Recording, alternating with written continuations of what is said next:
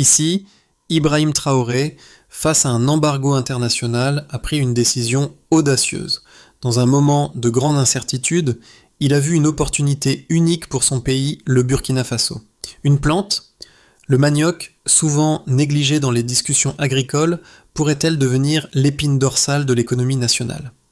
Sous la pression des sanctions économiques, il a transformé cette crise en un levier stratégique, redéfinissant ainsi l'avenir économique de son pays, tout en envoyant un message fort au monde qui peut être compris comme l'indépendance économique est possible, même face à l'isolement.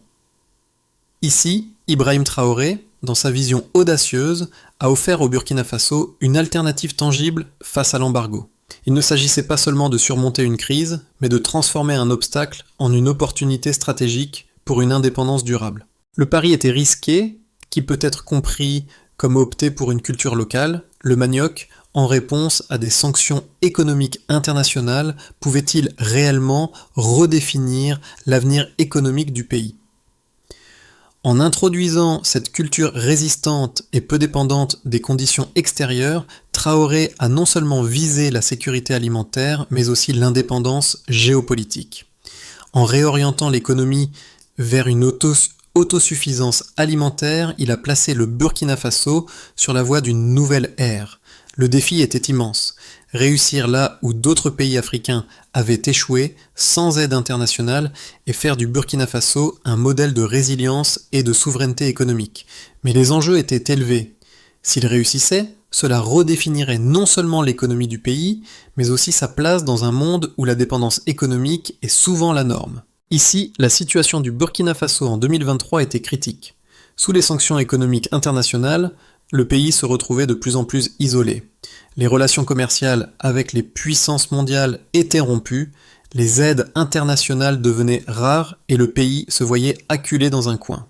Dans ce contexte, Ibrahim Traoré, le président, a pris une décision radicale qui peut être comprise comme transformer la crise en une opportunité, en se basant sur une ressource locale pourtant négligée, le manioc.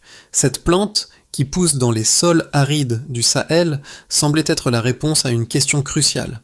Comment nourrir une population de plus de 20 millions d'habitants tout en échappant à la dépendance des importations alimentaires ? Ici, le manioc, contrairement à d'autres cultures, ne nécessite pas de semences importées ni de conditions climatiques spécifiques. Résistant à la sécheresse, il pouvait être cultivé dans les terres les plus arides du pays. Ce choix a été stratégique, qui peut être compris comme non seulement il offrait une solution alimentaire à court terme, mais il représentait aussi un défi aux puissances internationales qui imposaient des sanctions. En choisissant de promouvoir cette culture, Traoré n'a pas seulement proposé une solution alimentaire, il a également initié une révolution économique capable de transformer le pays en un acteur indépendant dans le secteur agricole. Ici, le plan de Traoré a été mis en œuvre avec une rapidité impressionnante. En moins de 3 jours, les autorités ont mis en place une opération nationale pour cultiver le manioc. Des équipes de chercheurs, d'experts agricoles et même des militaires ont été mobilisés pour étudier les sols et planter les premières graines. Les premiers résultats ont été prometteurs, qui peut être compris comme non seulement le manioc pouvait nourrir les populations, mais il offrait aussi un potentiel d'exportation. Le pays n'était plus en quête d'aide, mais se préparait à devenir un acteur clé dans la région. Ibrahim Traoré, en tant que leader, n'a pas simplement joué un rôle politique. Il a incarné une vision radicale de la souveraineté nationale et de l'autosuffisance alimentaire. Son approche ne se limitait pas à la gestion quotidienne des affaires de l'État, mais à la transformation totale de l'économie burkinabé. Dans un contexte de crise, il a vu dans l'agriculture non seulement une solution alimentaire, mais aussi un moyen de redéfinir le pouvoir du pays face à la communauté internationale. Ici, au cœur de cette initiative se trouvait le manioc, une culture résiliente qui pouvait pousser dans les conditions difficiles du Sahel. Mais plus que cela, elle devenait le symbole d'un changement profond qui peut être compris comme un changement de mentalité où le pays ne se contentait plus de demander de l'aide extérieure, mais devenait acteur de son propre destin. Traoré, en réorientant les priorités agricoles, a lancé un défi à la vision traditionnelle de l'aide humanitaire.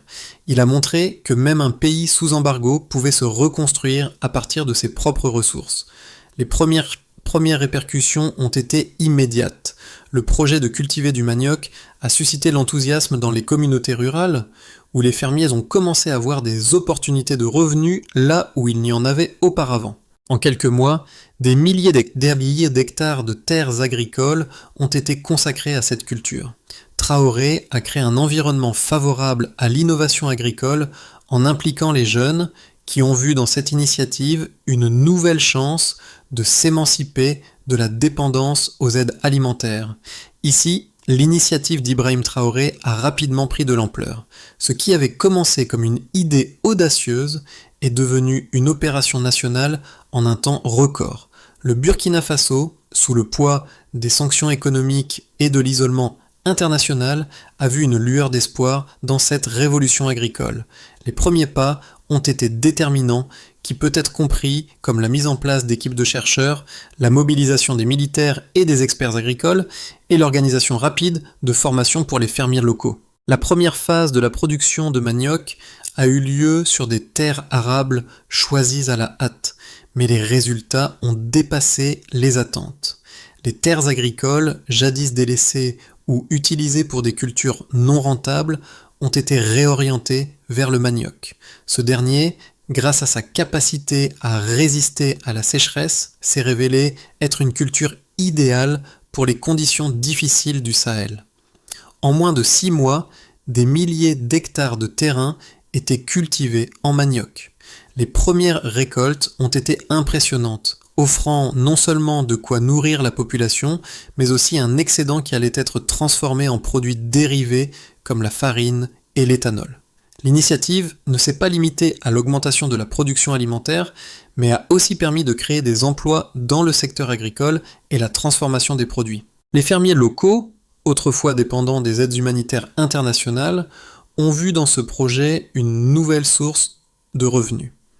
Des coopératives agricoles ont vu le jour, réunissant les producteurs de manioc et leur permettant de maximiser leur rendement. En parallèle, des infrastructures d'irrigation solaire ont été mises en place pour soutenir la production et des technologies agricoles modernes ont été introduites. Traoré a également mis l'accent sur la formation des jeunes, les incitant à s'impliquer dans l'agriculture et à voir la terre comme une opportunité économique plutôt qu'une simple source de survie.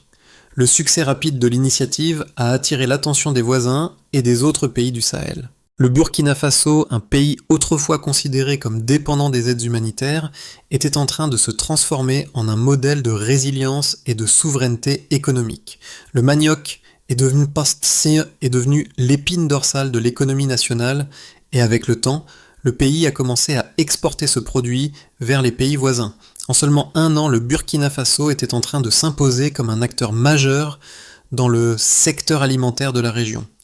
Cependant, le chemin n'a pas été sans obstacle. L'isolement économique du Burkina Faso a été une difficulté majeure, mais l'initiative de Traoré a permis de prouver que même dans un contexte de crise, des solutions locales pouvaient émerger. La mobilisation des ressources internes, la coopération des jeunes et des fermiers, ainsi que l'implication des forces armées ont été cruciales pour le succès de cette entreprise. Ici, le succès de l'initiative de Traoré n'est pas seulement une question de volonté politique ou d'espoir. Les chiffres parlent d'eux-mêmes et témoignent de l'impact tangible de la stratégie du Burkina Faso. Dès les premières récoltes, les résultats ont été remarquables, qui peut être compris comme la production de manioc a augmenté de manière exponentielle. Avant la mise en place du projet, le pays cultivait environ 10 000 hectares de manioc par an. En 2024, ce chiffre a explosé, atteignant plus de 150 000 hectares. Cette multiplication par 15 de la surface cultivée a permis non seulement d'assurer la sécurité alimentaire de millions de Burkinabés, mais aussi de créer une nouvelle source de revenus pour le pays. Ici, les coopératives agricoles, qui ont joué un rôle clé dans cette transformation, ont vu une participation massive des agriculteurs. Plus de 40 000 agriculteurs ont rejoint ces structures, dont près de 40% étaient des femmes. Cette proportion élevée de participation féminine a eu un impact significatif sur l'économie locale. car les femmes ont souvent utilisé les revenus générés pour améliorer les conditions de vie de leur famille et investir dans des projets communautaires. Cela a non seulement renforcé la résilience des familles rurales, mais a aussi contribué à un changement de mentalité qui peut être compris comme l'agriculture n'était plus perçue comme une activité de survie, mais comme un vecteur de dignité et de prospérité. Sur le plan économique, les résultats ont été tout aussi impressionnants. Les exportations de manioc ont augmenté de façon spectaculaire. Selon les données du ministère de l'Agriculture, les exportations de farine de manioc ont triplé en un trimestre, générant des revenus de près de 300 millions de dollars américains en 2024. Ce chiffre représente non seulement une réussite majeure pour une culture qui était auparavant marginale, mais aussi un exemple de la capacité du Burkina Faso à se libérer de la dépendance économique. Le manioc, autrefois considéré comme une culture de subsistance, était désormais une marchandise stratégique sur les marchés régionaux. L'initiative de Traoré a également eu un impact significatif sur la production d'énergie. Grâce à l'utilisation accrue des technologies solaires pour l'irrigation, le pays a généré 120 MW d'énergie renouvelable qui ont été intégrés dans le réseau national. Cette production d'énergie propre a réduit la dépendance du Burkina Faso aux importations d'énergie et a renforcé sa souveraineté énergétique. En outre, les coopératives agricoles ont joué un rôle clé dans la mise en place de silos de stockage et d'usines de transformation, créant ainsi des milliers d'emplois dans les secteurs agricoles et industriels. Ces chiffres montrent clairement que l'initiative de souveraineté alimentaire a eu un impact considérable, tant sur la sécurité alimentaire que sur l'économie du pays. Plus qu'une simple réponse à la crise, elle a permis au Burkina Faso de se redéfinir comme un acteur économique et géopolitique majeur dans la région.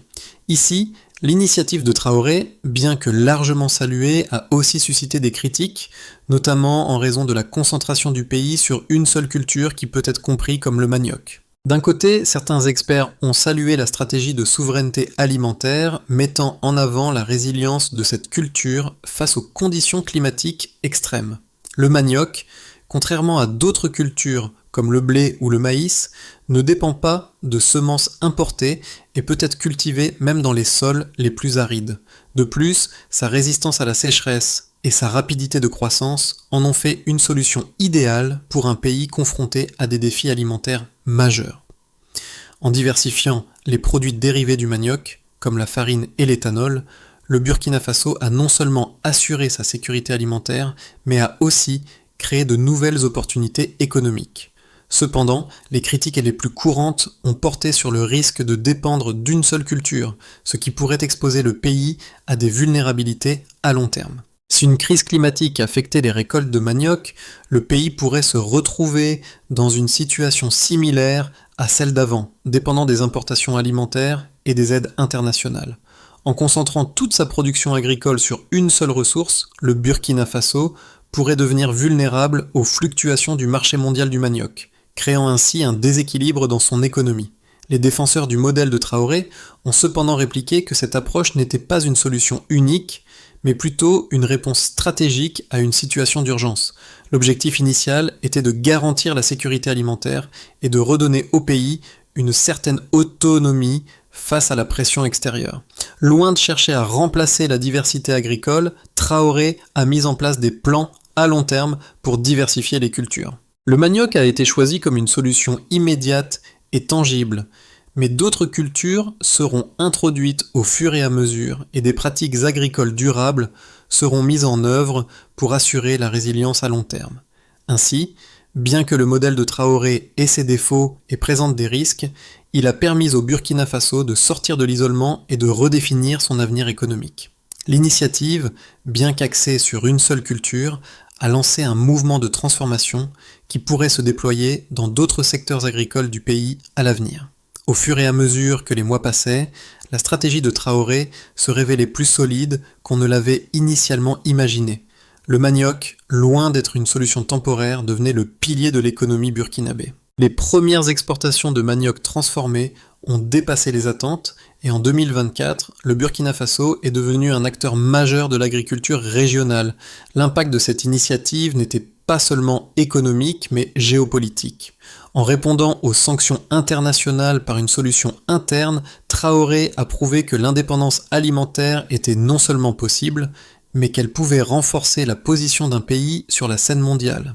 Les fermiers, autrefois dépendants de l'aide internationale, sont désormais devenus des acteurs économiques dynamiques, et l'exportation de manioc a permis au pays de générer des devises et de réduire sa dépendance aux importations alimentaires. Ce succès rapide a également attiré l'attention d'autres nations de la région qui ont commencé à envisager des stratégies similaires pour réduire leur dépendance vis-à-vis des grandes puissances agricoles.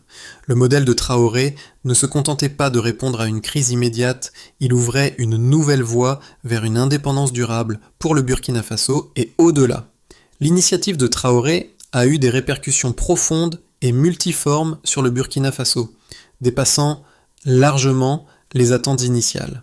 En moins de 2 ans, le pays a réussi à transformer sa situation alimentaire et économique grâce au manioc. Plus de 101 hectares ont été cultivés, générant non seulement une production alimentaire suffisante pour nourrir la population, mais aussi des excédents qui ont été transformés en produits dérivés. Les coopératives agricoles ont joué un rôle clé, permettant à des milliers de fermiers, y compris de nombreuses femmes, de se regrouper, d'accroître leur production et de vendre leurs produits à des prix compétitifs sur les marchés locaux et régionaux. Ici, l'un des impacts les plus visibles de cette transformation a été la création de milliers d'emplois dans l'agriculture et la transformation du manioc. Plus de 100 000 emplois ont été créés dans des secteurs comme l'agriculture, la transformation alimentaire, la logistique et la gestion des coopératives. Les jeunes, autrefois désillusionnés par le manque d'opportunités dans les zones rurales, ont trouvé une nouvelle source de dignité et de revenus en travaillant la terre. Ce changement de perception a été crucial, qui peut être compris comme l'agriculture n'était plus vue comme un secteur dévalorisé, mais comme un domaine d'opportunité et de fierté nationale. L'exportation du manioc transformé a également renforcé la position du Burkina Faso sur le marché régional.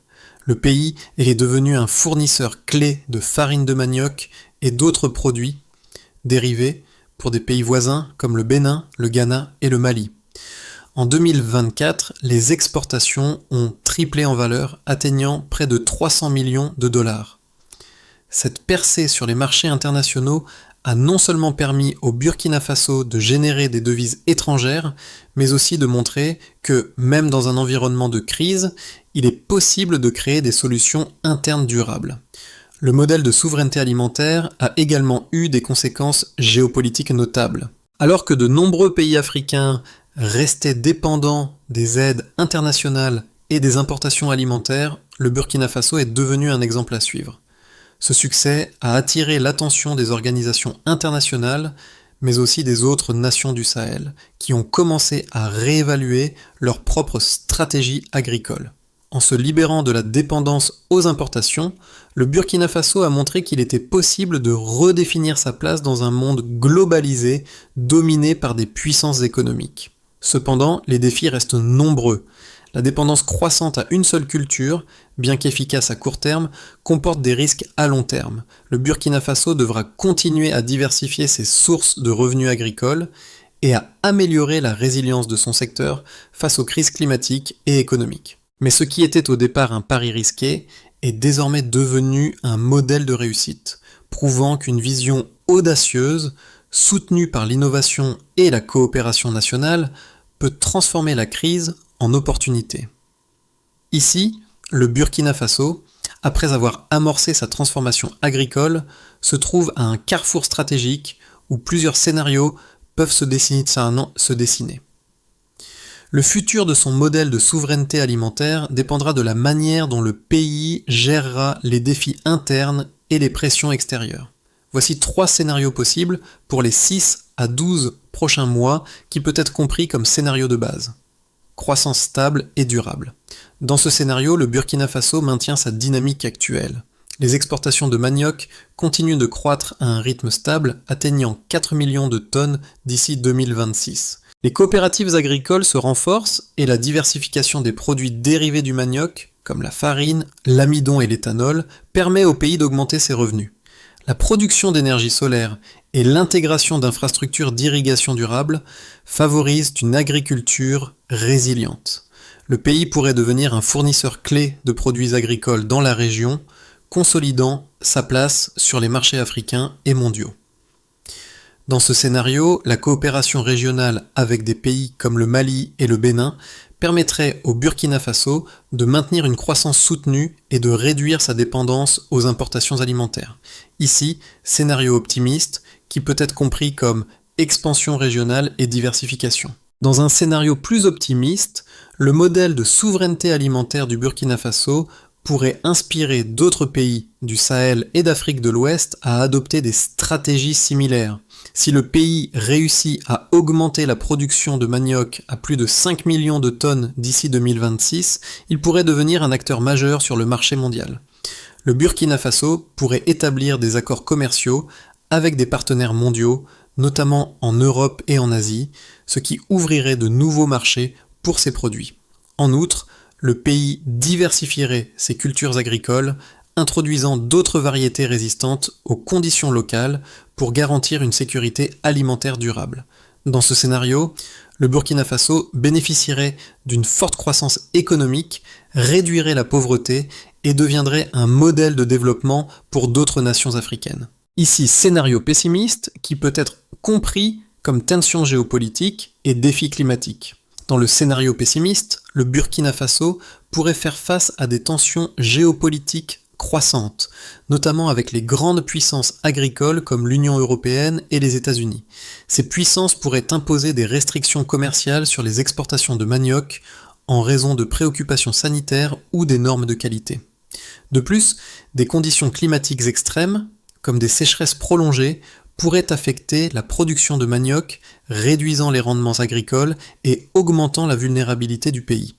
Le modèle de dépendance à une seule culture pourrait se retourner contre le pays, exposant ses faiblesses. En cas de crise climatique ou d'escalade des tensions commerciales, la croissance ralentirait, et les fermiers locaux pourraient faire face à des difficultés financières.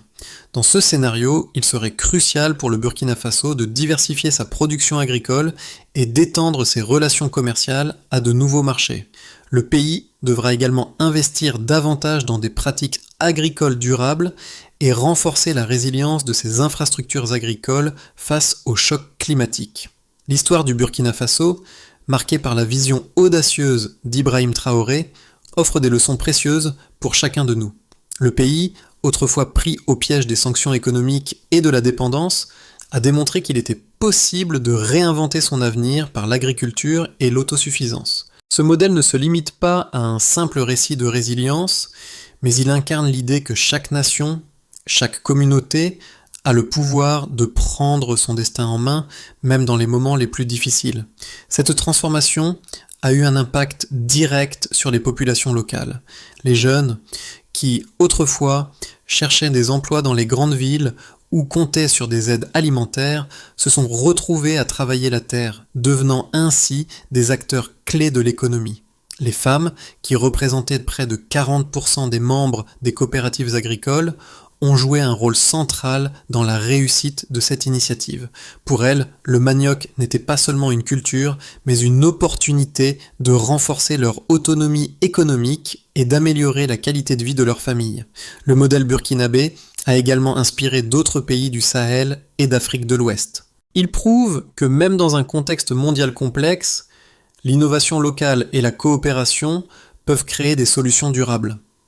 Ce n'est pas seulement une question d'agriculture, mais de redéfinir les relations économiques internationales. En choisissant de s'appuyer sur ses propres ressources, le Burkina Faso a montré qu'il était possible de réduire sa dépendance aux puissances économiques et de se préparer à un avenir plus autonome et prospère. Ici, le Burkina Faso, fort de ses réussites agricoles, doit maintenant se concentrer sur la consolidation de ses acquis et la mise en place de solutions à long terme pour garantir une croissance durable. Pour renforcer son modèle de souveraineté alimentaire et diversifier ses sources de revenus, voici 5 étapes clés qui peuvent être comprises comme investissement dans l'infrastructure agricole. Le pays doit poursuivre son investissement dans des infrastructures modernes, notamment les systèmes d'irrigation solaire, les silos de stockage et les usines de transformation. Ces infrastructures renforceront la résilience du secteur face aux crises climatiques et amélioreront l'efficacité de la production. Diversification des cultures agricoles. Bien que le manioc ait été un succès, il est crucial de diversifier les cultures pour éviter une dépendance excessive à une seule ressource. Le Burkina Faso devrait introduire d'autres cultures résistantes, telles que le sorgho et le millet, et promouvoir des pratiques agricoles durables pour maintenir la sécurité alimentaire à long terme. Formation et développement des compétences. Le pays doit continuer à investir dans la formation des agriculteurs, en particulier des jeunes et des femmes, pour améliorer la gestion des coopératives et adopter des technologies agricoles avancées. Des programmes de formation sur l'entrepreneuriat agricole permettront aux fermiers de maximiser leur rendement et d'augmenter leurs revenus. Établir des partenariats stratégiques. Le Burkina Faso devrait rechercher des partenariats commerciaux avec d'autres pays africains et des investisseurs internationaux. Ces partenariats devraient être soigneusement négociés pour garantir que le pays conserve une part significative des bénéfices économiques générés tout en renforçant son indépendance économique. Promotion de l'énergie et renouvelable. En augmentant la production d'énergie solaire pour l'agriculture et les industries locales, le Burkina Faso peut réduire sa dépendance aux importations d'énergie et contribuer à la transition énergétique dans la région. Ces étapes forment un plan d'action clair pour assurer que le Burkina Faso puisse non seulement maintenir sa souveraineté alimentaire, mais également devenir un modèle de développement économique et social pour l'Afrique de demain. L'histoire du Burkina Faso, menée par Ibrahim Traoré, n'est pas seulement celle d'une crise surmontée, mais celle d'un pays qui a retrouvé sa dignité. Grâce à une vision audacieuse, le Burkina Faso est passé de la dépendance à l'autonomie, redéfinissant son avenir économique.